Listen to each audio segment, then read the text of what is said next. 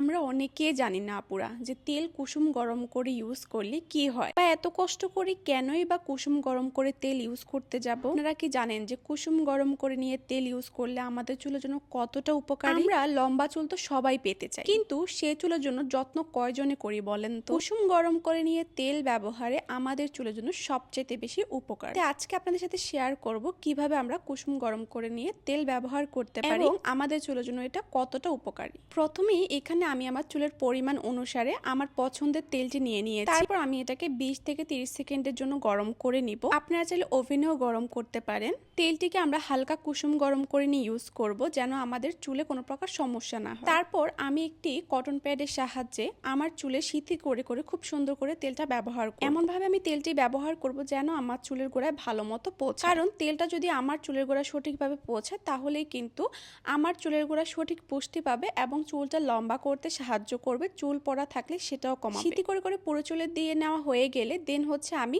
আলতো হাতে আমার পুরো মাথাটি 5 মিনিটের জন্য মাসাজ করব। তারপর পুরো চুলে লাগিয়ে নিতে হবে তেল, অর্থাৎ আগায়ও আমাদেরকে লাগাতে হবে। এরপর একটি খোপা করে রেখে দিবেন। তারপর 3 থেকে 4 ঘন্টা পর আপনারা আপনাদের পছন্দ মতো যে কোনো শ্যাম্পু দিয়ে চুলটিকে ভালো করে ওয়াশ করে নেবেন। আপনারা চাইলে রাতেও ব্যবহার করতে পারেন। সপ্তাহে 2 থেকে 3 দিন কুসুম গরম করে তেল ব্যবহার করলে আপুরা আপনারা দেখবেন অনেক ভালো একটি ফলাফল পাবেন। এতে করে আমাদের মাথার ব্লাড সার্কুলেশন বাড়বে, চুল লম্বা হবে, চুল পড়া থাকলে সেটাও কমাবে। এছাড়া খুব রিল্যাক্স একটা ফিল হয়। আমি অন্ততপক্ষে সপ্তাহে 1 দিন হলেও ট্রাই করি যে কুসুম গরম করে নিয়ে তেলটা ব্যবহার করার।